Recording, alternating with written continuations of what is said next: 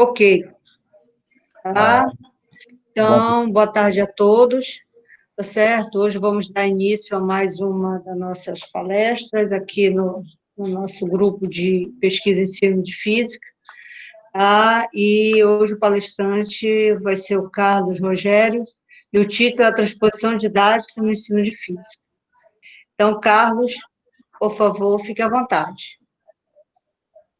Ok, pessoal, todos conseguem me ouvir direitinho aí? O áudio tá bacana? Sim. Tá. Bom, como a professora Simone apresentou, eu me chamo Carlos Rogério, né? Sou estudante do curso de Física, no Polo Física EAD, Polo Marabá, tá? E também iniciei esse ano o mestrado em Ensino de Física pela Unifespa, tá? Esse tema que a gente vai abordar nessa palestra é um tema bem interessante, né? Eu fiz algumas pesquisas, dei olhada em alguns artigos, e inclusive a gente também tem interesse em, de repente, né, fazer alguma coisa na área, né? Algum material na área, né?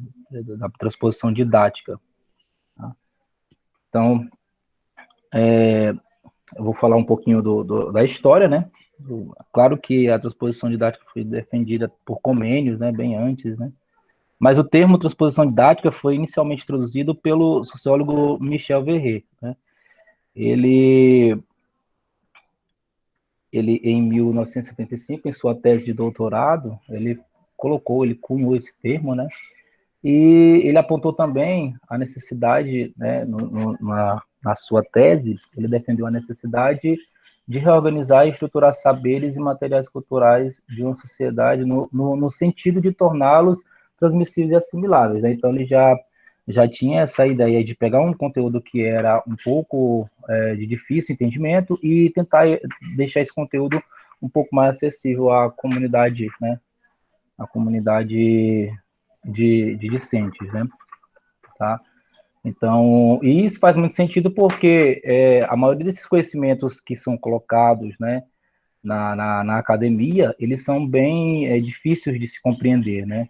Então, se você cria um dispositivo que possa mediar essa transformação, né, possa deixar esse conteúdo mais acessível, claro, sem perder a sua essência, né?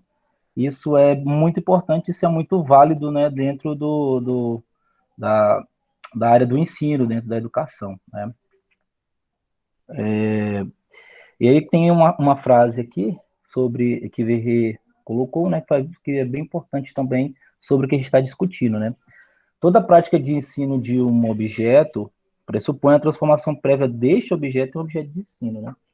Então, essa é a essência do trabalho dele, né? E, posteriormente, foi aprimorado e melhor apresentado por Yves Chevelat. Então, Yves Chevelat apresentou, junto com Marie Alberto Joshua, né?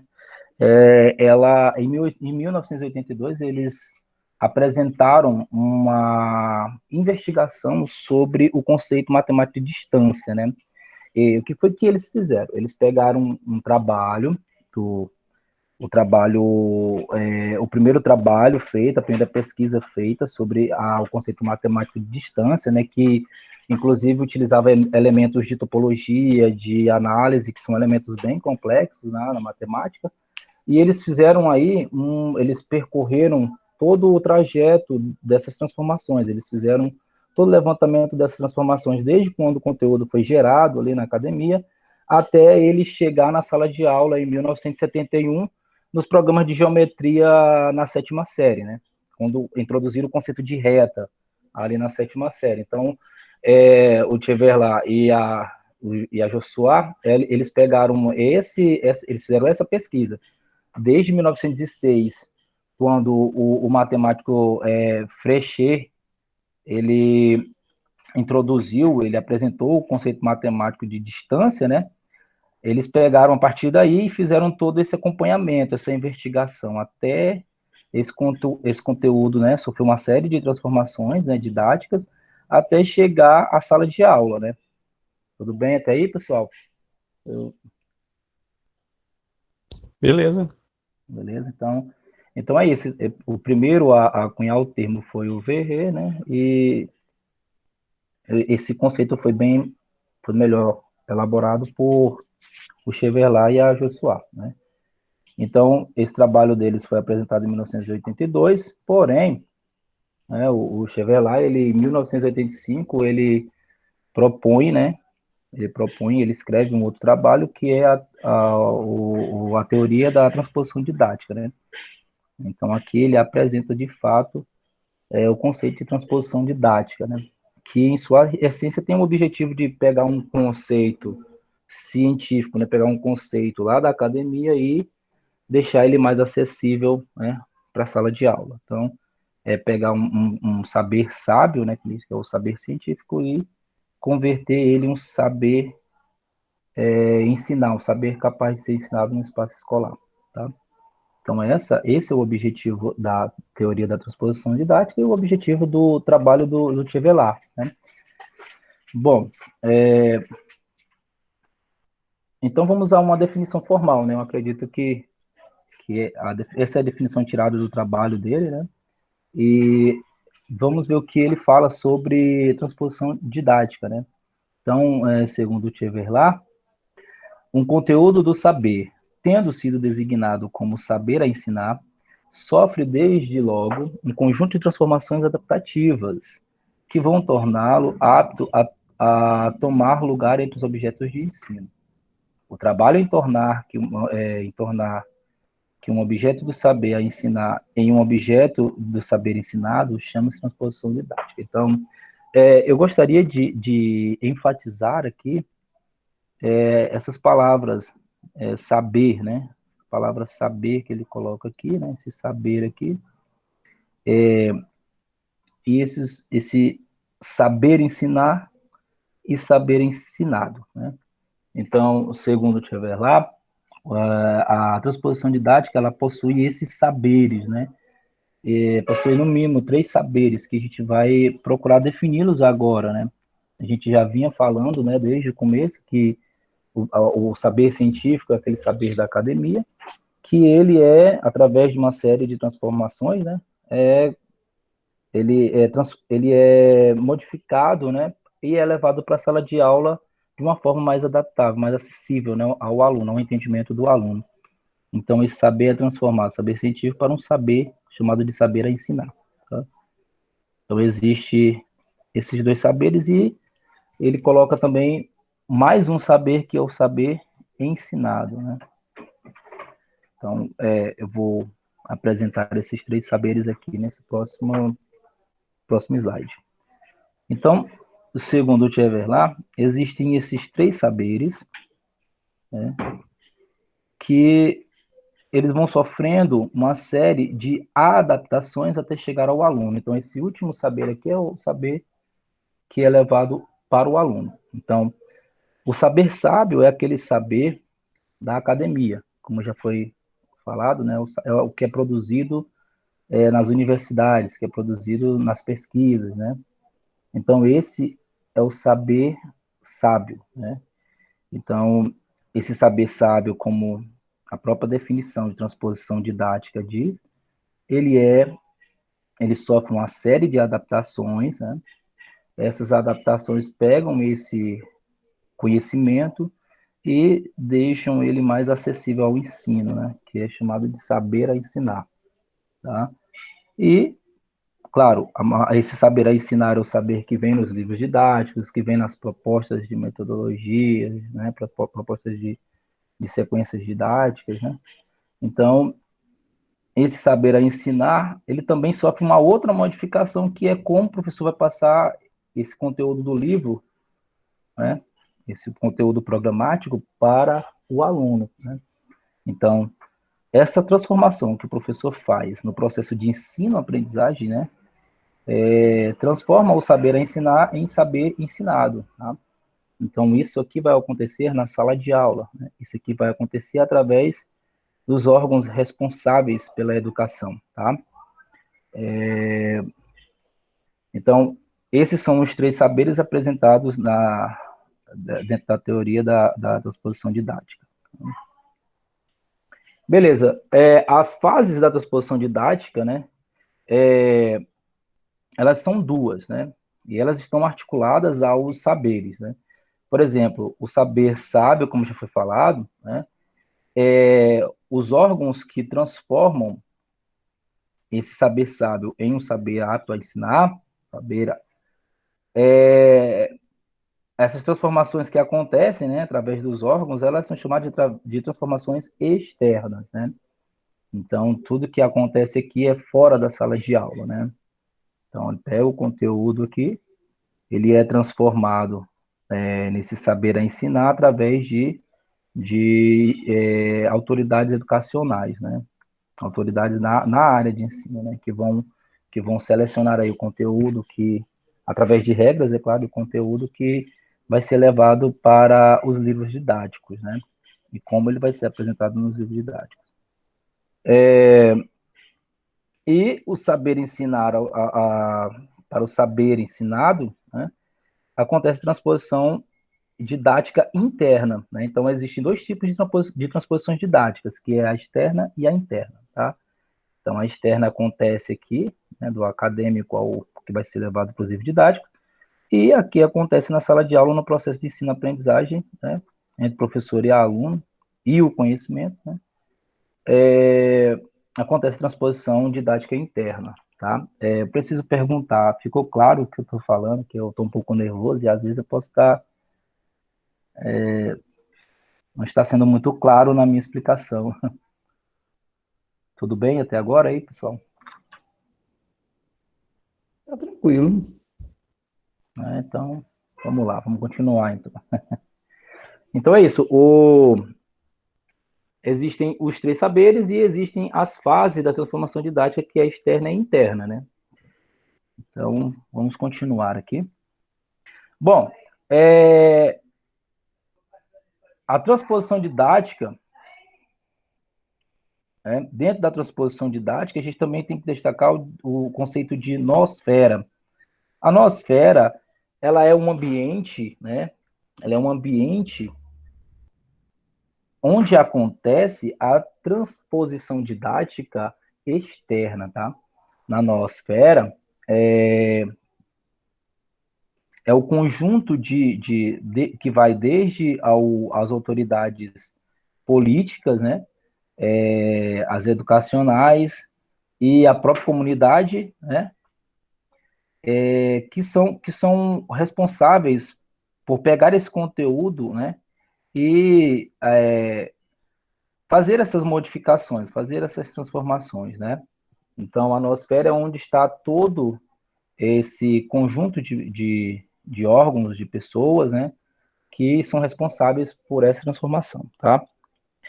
E aqui, o responsável por fazer a transformação, a transposição didática interna é o professor, né? Quando ele pega o material, a forma com que ele passa o conteúdo, né, para o aluno, ele é o responsável pela transformação didática interna, tá?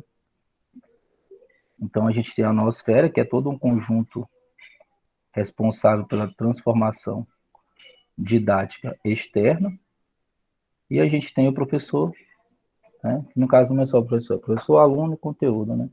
Que são os elementos dessa transposição didática interna. Tá?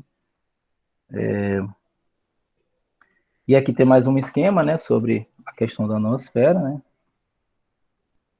É praticamente o que eu acabei de falar, tá? E transformações da noosfera, e aqui, né, o esquema é praticamente o slide anterior, né? Só colocado mais alguns elementos, né? Esse saber de ensino é o saber que o professor vai levar para o aluno, né? E é importante, tá? Eu estava esquecendo, é importante ressaltar que o Chevelar, ele acrescenta, além do professor e aluno no sistema de aprendizagem, no ensino-aprendizagem, ele acrescenta também o conteúdo a ser ensinado, né? Então, o Chevelar, ele acrescenta a esse processo mais um elemento, que é a questão do conteúdo, né? Como esse conteúdo ele vai ser passado, como esse conteúdo está chegando até o professor, né? Tá? Então, é comum a gente ver nas salas, nas aulas, né, de ensino médio, né, professores, professoras, né, que eles de aula, né? Inclusive em algumas escolas em que eu trabalhei, muitos alunos reclamarem que não estão entendendo o conteúdo que está sendo passado, né? Ou o professor às vezes está usando uma linguagem um pouco formal demais, né? E muitas das vezes isso dificulta também a compreensão do aluno, né? Às vezes, ou até mesmo o pessoal das coordenações, eles costumam falar, o professor não tem didática, né? Então, ou em outras palavras, o professor não está fazendo a transposição didática correta, né, do conteúdo, não está ensinando de uma maneira mais fácil, não está trazendo, não está deixando esse conteúdo mais claro possível para o aluno, né? Então, é essa a relação entre professor, conteúdo e aluno, né? Então, muitas das vezes, isso é uma responsabilidade muito grande, né, que cabe aí sobre os nossos ombros, que quando a gente entra na sala de aula para ensinar, tá? Então, em 1997, Astolfi, né, ele se baseou no trabalho de Chevelard de 1982, e aí ele criou um eixo norteador, né, para que quando você fizer uma transposição didática de um determinado conteúdo, essa transposição didática tem que estar norteada através desses 5 pontos aqui, né? O primeiro deles é modernizar o saber escolar, né? É comum nos livros didáticos bem antigos, a pessoa falar em Discman, né? Em disquete, né? Então, assim, você já vê que os materiais que são elaborados hoje já não tem mais essa proposta, né? Não tem mais isso nas aplicações dos conteúdos, né? O que a gente usa mais hoje por exemplo, um Spotify, né? Que já é um software, né? Que executa músicas, né? Ou seja, faz necessário, né, e isso acontece nos materiais escolares, essa modernização, né? Outra coisa também é atualizar o saber escolar, e isso aqui, dentro da área da física, é interessante. Por quê? Porque a física ela é aplicada no ensino médio, ela é a física, basicamente a física clássica, né? Pouco se fala da física moderna, né, esse contemporâneo, que é a física que está mais presente no cotidiano do aluno, né? Porém, ainda é um desafio muito grande, né, essa atualização, né, no saber escolar. E a gente costuma dizer que a física que a gente aplica é a física do século XVII, né? Ainda é uma física bem já ultrapassada, né? Isso é uma opinião minha, claro, né? Articular o saber novo com o antigo. Então, os elementos de história da física, história da matemática, né? A gente pode usá-los aqui para fazer essa articulação, para que o aluno perceba que existe, de fato, uma modificação, né? Existe, de fato, uma sequência, né? Que a ciência ela não foi tirada do nada, ela é sempre baseada em alguma coisa, né? Uma série de estudos, né? Um vai pegando um estudo e dando sequência, né? Respondendo as perguntas de um determinado conteúdo, e aí surgem mais perguntas que vão sendo respondidas, e assim existe uma articulação entre o novo e o antigo, né? Transformar um saber em exercícios e problemas. Eis aqui um dos maiores problemas, né, da transposição didática na questão da física moderna, né?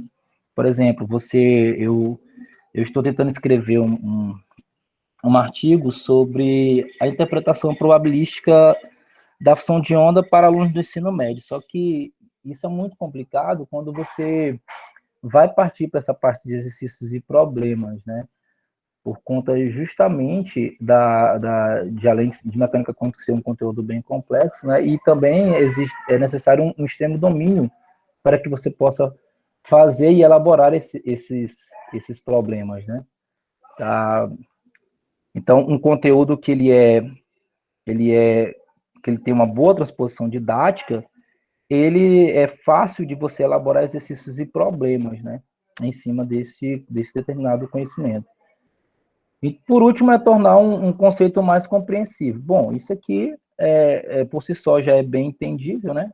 Porque é o principal objetivo da transposição didática, né? Deixar o conteúdo mais claro para o aluno. Então, esse eu acho que é o principal objetivo do professor hoje, né? É tentar munir-se de elementos, de ferramentas, né, tecnológicas para deixar esse conteúdo mais compreensível na sala de aula, né? Então, esses são os cinco, são cinco norteadores, né, que o Astolfo coloca aí para a gente fazer a transposição didática, tá? E, por último, eu gostaria de comentar aqui bem rápido, né, sobre essas áreas da mecânica quântica, teoria da relatividade e a transposição didática. Eu vou começar com a física de partículas, porque eu achei um artigo sobre física de partículas, transposição didática e física de partículas, né? Nesse artigo que eu estava lendo, que é um artigo da Universidade de São Paulo, um aluno da PUC, né? Ele apresenta lá aqueles 5 tópicos do Astolfo, né? E ele mostra no artigo dele que a física de partícula atende a esses requisitos, né? E por isso pode ser sim um ótimo conteúdo, né, para se fazer uma transposição didática, né, para ser aplicado no ensino médio, né. Nós sabemos que no mestrado, tanto no mestrado quanto na graduação, né, há uma busca muito grande por produtos educacionais nessas áreas, né, justamente porque a gente tem essa necessidade de fazer essa atualização, de fazer no currículo, né, e trazer para a vida dos alunos algo que seja mais próximo do cotidiano dele, né? Então, essas 3 áreas aqui, claro que existem outras, né? Mas essas 3 áreas aqui seriam os nossos desafios, né? Para uma possível transposição didática, tanto mecânica quântica, teoria da relatividade e a física de partículas. Da mecânica quântica, como eu já falei, né? Eu estou tentando fazer, estou tentando escrever, mas, porém, no ensino médio, o material, os produtos são poucos, são bem escassos, né? Eu vi alguns artigos do Moreira, né? Porém, exatamente sobre a função de onda, né? E sobre a interpretação probabilística da função de onda, é bem escasso materiais ou artigos nessa área, que apresentam uma sequência didática, uma proposta para o ensino médio, né? Então, ainda é muito carente nesses conteúdos, né? A gente encontra muito sobre átomo de hidrogênio, efeito fotoelétrico, né? Mas sobre a própria equação de Schrödinger ainda não vi. Eu vi um curso no YouTube eu acho que é ICTP. Ele apresenta um curso de mecânica quântica para o ensino médio, né? Lá eles usam a questão da mecânica quântica vetorial, né? Eles usam os vetores, né, da equação de estado, né? Então é bem didático, né? Mas ainda não assim, o aluno precisaria de muita matemática, né, para poder compreender, né? Da teoria da relatividade, eu encontrei alguns, né, bem bacanas, mas o único que eu não encontrei muito material foi da mecânica quântica, né? E assim, a gente está tentando escrever essa interpretação e levar para o lado das escolas, né, que surgiram na época, que não surgiu só a escola de Copenhague, né, mas surgiram outras interpretações também para a mecânica quântica, né, mas a mais aceita hoje é de Copenhague. Então, a gente poderia fazer algo nesse ponto de vista, né, nessa perspectiva. Tá? Bom, deixa eu concluir, né? Não sei se eu fui rápido ou se eu estou estendendo demais aqui o assunto, né?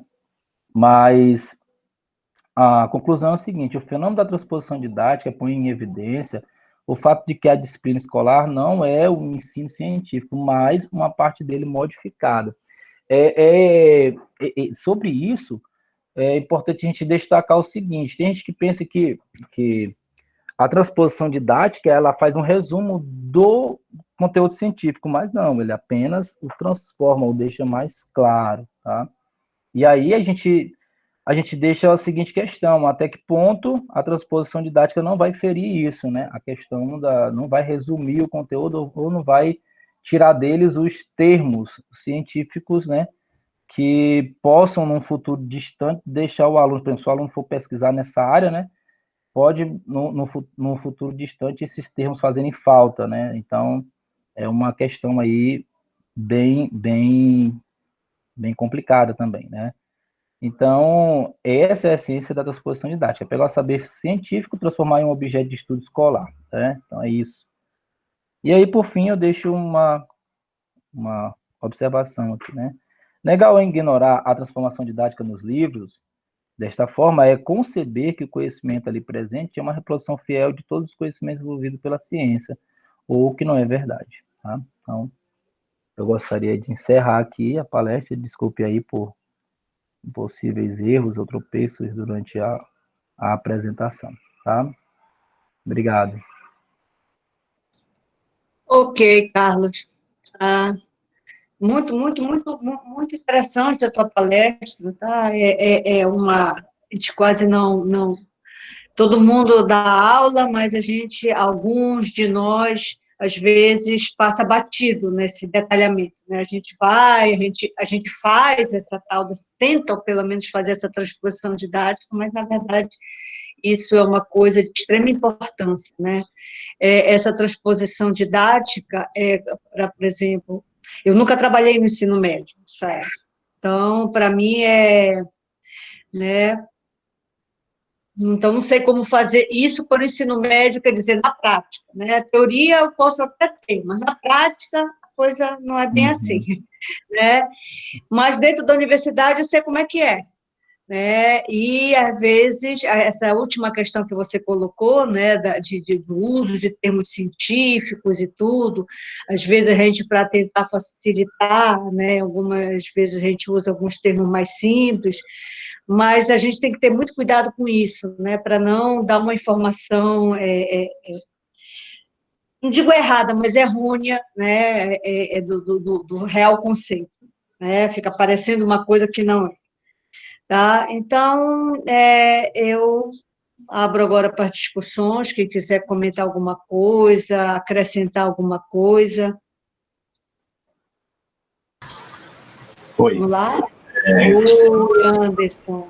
Carlos, quando tu colocou lá aquela questão da transposição didática dos conteúdos de física moderna, né, para o ensino médio, né, e até tu comentaste a respeito da equação de onda, né, que tu está tentando fazer uma transposição, né, para o ensino médio. Agora, tu acha que há viabilidade de fazer essa transposição mesmo quando o currículo não traz esses conteúdos de ensino médio? É como eu estava falando, né? Esses dias eu participei de uma reunião, né? De uma palestra, né? Com uma professora da USP, né? E aí eu coloquei essa situação para ela, né? Que não seria possível a renovação do currículo, né? Para inserir esses conteúdos no ensino médio, né? E aí ela me respondeu que o aluno mal compreende a matemática do ensino médio e que talvez isso seria uma forma de atrapalhar o aluno, né? Isso foi a posição dela, né? Mas, assim, eu ainda acredito, né, que em alguma aplicação de um produto educacional, né, a gente possa fazer esse gancho aí, esse link, e, e aplicar isso, né? Por exemplo, numa feira de ciências, em algum evento da escola, a gente pode tentar, né, colocar esse conteúdo. Eu trabalho numa escola de tempo integral, né, que ela possui uma série de disciplinas, né, que são colocadas no contraturno para o aluno, né, ele tem uma outra grade, paralela à grade do ensino fundamental, ele tem uma outra grade que ele deve cumprir, aí são colocadas diversas disciplinas, uma delas é chamada de pesquisa pesquisa e iniciação científica. Pesquisa e iniciação científica. Né? Então, de repente, a gente poderia, em algum tópico, né, tentar introduzir esses conteúdos, esses conceitos, né? É um sonho ainda, né, também. Mas na própria grade do Enem não tem, né? Não tem. Exatamente, é complicado. A gente às vezes fica um pouco cerceado, né, nessa tentativa de trazer essas transposições para o ensino médio, exatamente por causa dessa dificuldade que a gente tem em relação ao currículo, né? Até conversando com a professora Silvana, que eu visualizei a nova grade curricular do Maranhão, que já foi debatida desde 2018, e lá eles agora já trazem, né, a física moderna dentro do currículo deles, né, para esse novo formato de ensino médio. Então, acho que assim fica mais interessante para a gente poder fazer essas novas transposições. Né? O que dificulta, por exemplo, muito que a gente possa fazer um trabalho na área também é os livros didáticos, né? Como não faz parte da grade, um livro didático, eu acho que de física moderna a gente vê eu acho que até feito cômputo no máximo, né? Isso. A gente não tem acesso aí aos outros. E às vezes muito resumido também. Bem resumido. Beleza, obrigado. Valeu.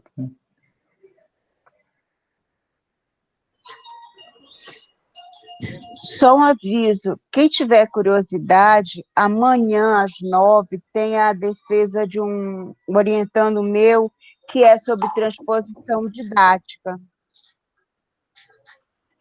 Já estou anotando aqui, professora. Vai ser disponibilizado o link, professora? Vai. Quem quiser entrar, pode. Inclusive, Okay. Se quem quiser me ajudar, também pode. Eu ia assistir no final, porque eu acho que a Isabela, a Larissa e a Genor estão tendo aula, porque é de manhã. Normalmente, amanhã tem aula. Ela me ajuda, mas eu desconfio que ela está em aula. Pois é, e amanhã de manhã, né? Sexta-feira de manhã. O pessoal do mestrado tem aula. O pessoal do mestrado tem aula, então é um dia mais difícil. Então, eu acho que quem vai criar a sala e fazer tudo sou eu. Eles não vão poder. E é sobre Mas eu posso te ajudar, Fátima, eu vou estar na banca mesmo, não tem problema. Então tá. É o Manuel Leão. É sobre experimentos e transposição didática. Quem quiser assistir, pode assistir, sem problema nenhum. E parabéns pela sua palestra, viu, Carlos? Eu gostei bastante. Obrigado, professora. Para mim foi... Eu fiquei um pouco nervoso, né? Porque é a primeira vez que estou apresentando para vocês. É assim mesmo. Não tem problema nenhum. Foi tranquilo, Carlos. Amanda, você quer comentar alguma coisa, por favor? Ou é o Evaldo? Nunca sei, essa mãozinha aparece de um lado que eu não sei. É o Evaldo. É o Evaldo. Então é o Evaldo. Depois é a Gemac. Ok. Muito bom, Carlos, trazer esse tema. Eu, particularmente, não tinha tido um contato, né, lido sobre algo, mas parabéns, é um desafio, porque vocês comentaram sobre temas complexos mais da física, e eu vejo que essa missão de transformar a física de uma linguagem mais acessível, sem perder a essência, sem perder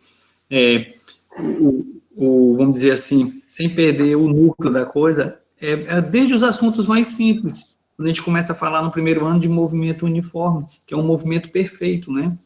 Isso é muito abstrato para o aluno. Então, se a gente não tiver ferramentas ideais, um simulador, talvez essa transposição fica difícil, por causa que a gente não consegue construir na cabeça dos alunos uma abstração.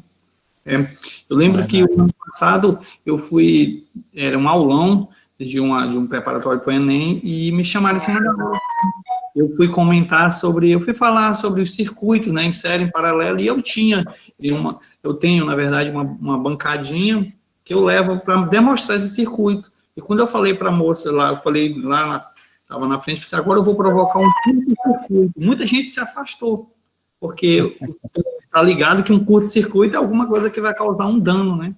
Era justamente no circuito em série, eu ia diminuir lá, ia ofertar para a corrente passar num circuito menor. Então, eu acho que depois que eu demonstrei, eu acho que muitos alunos que tinham uma convicção sobre esse assunto, ficou mais fácil. Então, eu não tinha entendido ainda onde é que se encaixava essa maneira de tentar facilitar o entendimento.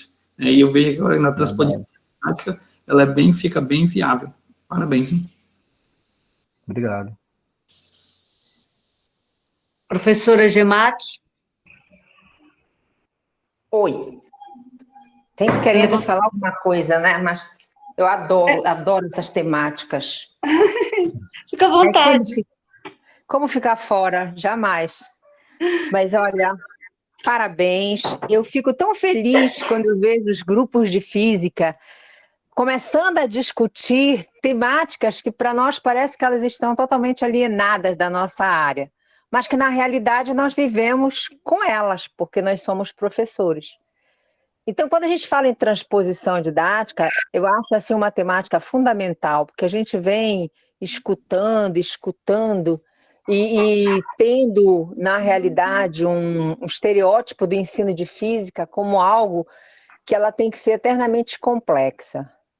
E quando a gente se insere na discussão da transposição didática, é importante que a gente comece a lembrar, o autor que ele traz, né, o Chevalier, ele diz o seguinte, que a melhor, uma das maneiras que ele fala, entre as várias maneiras, né, que a melhor maneira de nós aprendermos, e vamos aprender, é quando nós temos questionamentos a levantar.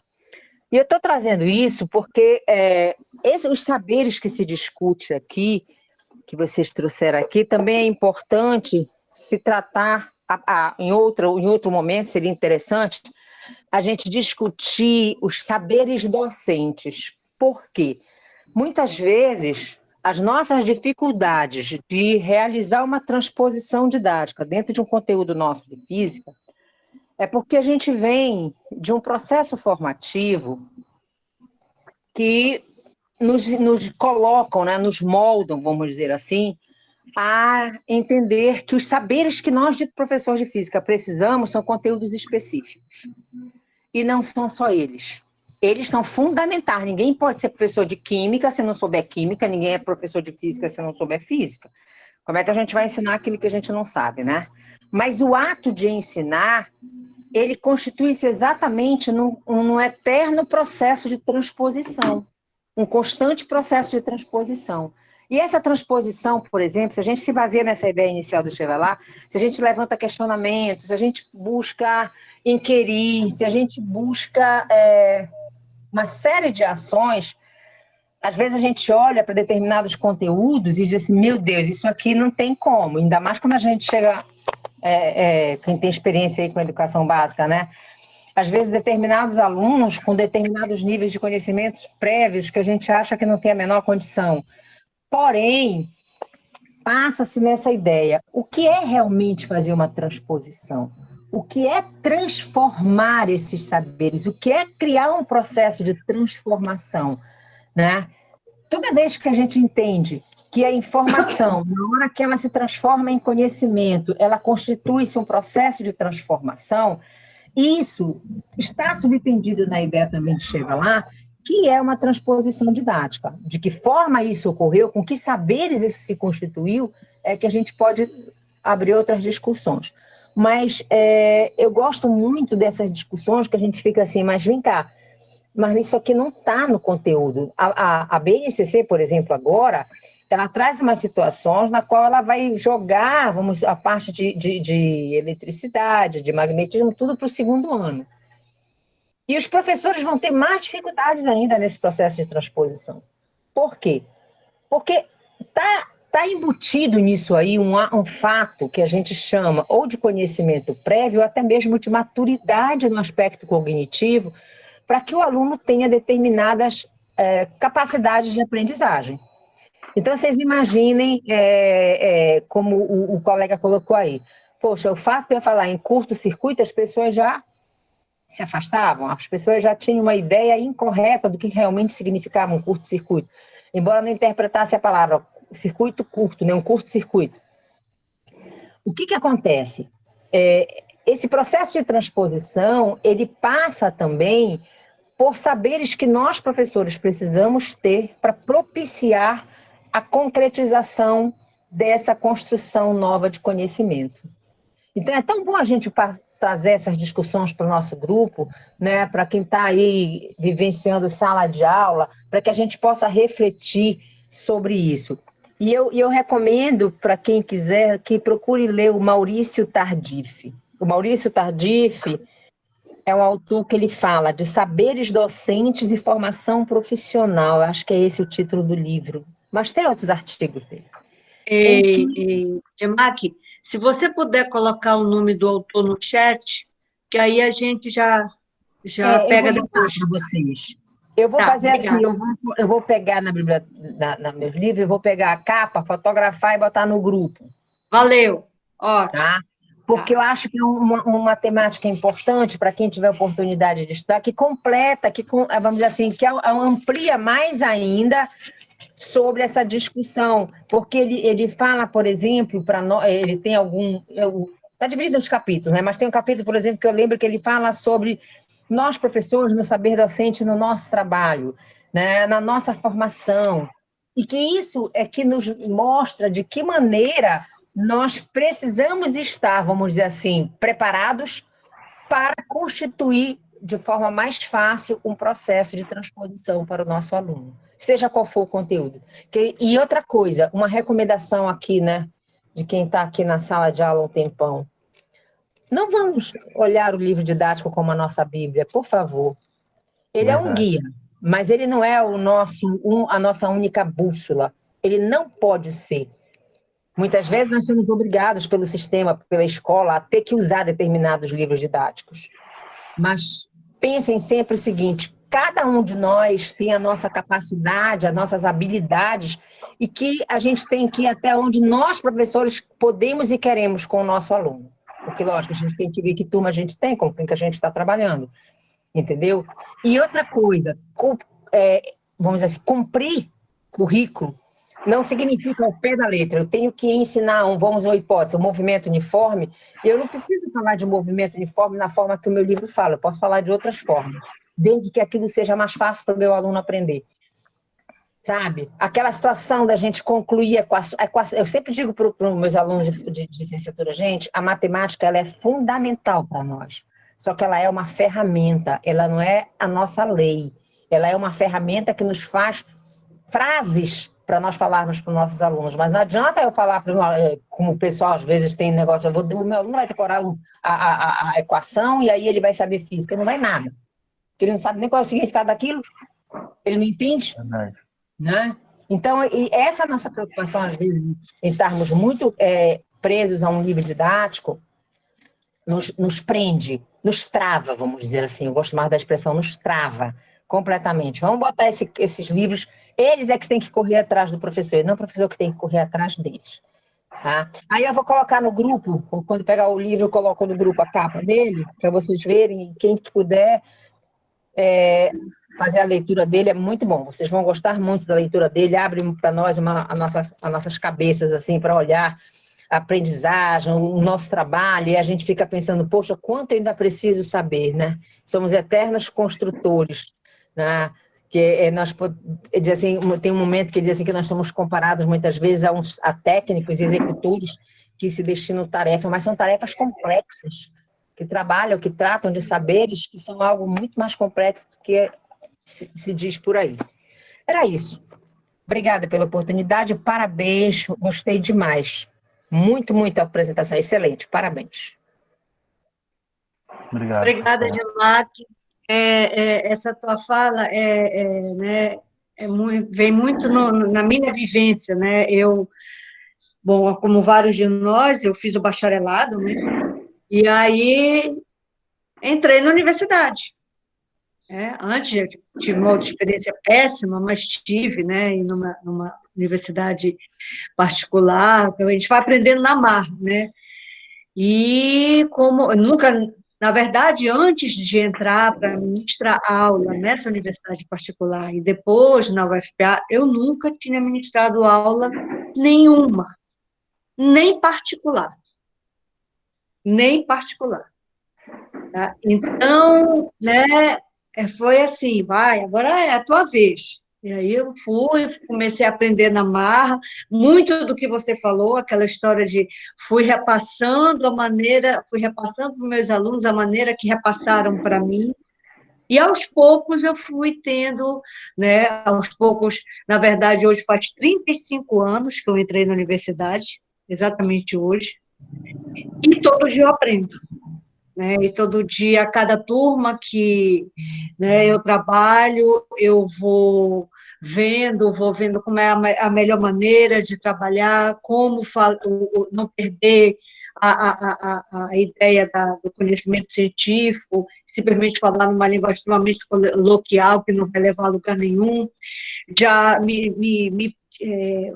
realmente me soltei da história de ter que pegar o conteúdo programático, ver do início, da primeira linha à última linha, né? Não interessa a que custo, né? Então, eu acho que essa tua fala também do nossos, né, dos nossos saberes, né, como professores também, é como você diz, não basta ter o conteúdo, né? Eu posso, para mim está muito claro aquele conteúdo, mas como é que eu vou trabalhar aquele conteúdo, né? Então, como é que eu vou tornar aquele conteúdo que para mim é tão claro, entendível, né, entre aspas, para o meu aluno? Como é que eu vou fazer isso? Né? E muitas vezes a gente escuta aquilo que o Carlos falou. Ah, não estou conseguindo entender o que a professora está querendo explicar. Né? Então, isso é uma coisa que a gente tem que levar a sério e além do dia a dia, né, que a minha escola basicamente foi o dia a dia, agora que eu estou ligada ao ensino, que eu estou, né, vivenciando melhor isso, né, dando nome, né, para os afazeres que eu fazia sem saber exatamente o que eu estava fazendo, muito sem embasamento, mas enfim, é isso. Tá? Eu gostei muito, mais uma vez, Carlos. Tá? Eu acho que essas temáticas são extremamente importantes. Né? Alguém mais quer fazer alguma colocação? Olha, a professora Gemac já colocou no chat o nome, tá, do autor do livro, tá?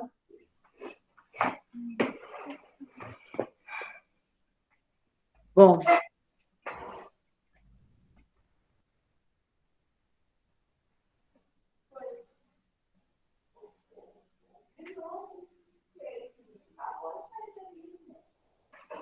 Ei, Gemac, você ainda está com a mãozinha levantada. Você quer falar mais alguma coisa? Não, esquecimento. Já baixei a mão. Tá bom. Mais alguém? E hoje o pessoal está, né? Bom, enfim. Tá? Se ninguém tem mais nenhuma colocação, eu quero agradecer ao Carlos. Quem é que vai ministrar palestra na semana que vem? O meu calendário está desatualizado, e eu não sei o meu cronograma, eu não tenho aqui, mas, enfim, eu acho que vocês devem saber, eu não sei com quem ficou. Eu acho que isso foi organizado numa semana que eu não participei. Mas, enfim, tá? Independente de quem seja, oi. Eu coloquei no grupo aquela minha solicitação da mudança de data da minha, lá em janeiro. A tua vai passar para janeiro, não é isso? Não, ela já era em janeiro, só que ela era, deixa eu ver, se eu não me engano, dia 14, eu acho, de janeiro. Porque eu tô querendo que passe para depois do dia 14. Mas aí já falaram lá que parece que está adiada, está alterada a sequência. Eu não fiquei sabendo de nada. Parece que é a Larissa. Da semana que vem é a Larissa? Parece Larissa, sim. você está presente, é verdade isso? Porque aqui a sequência seria o Carlos e a Clara, mas aí como eles trocaram, né, a Clara já apresentou, o Carlos já apresentou, então o próximo seria a Larissa. Ok, tá. Então, tá certo, a Larissa mesmo, ela confirmou. Bom, pessoal, então, se ninguém mais tem nenhuma colocação a fazer, tá? Eu dou por encerrada a nossa reunião. e a gente se vê na próxima quinta com a palestra da Larissa. Ok? Ok. Ok. Eu vou parar a gravação. Próxima.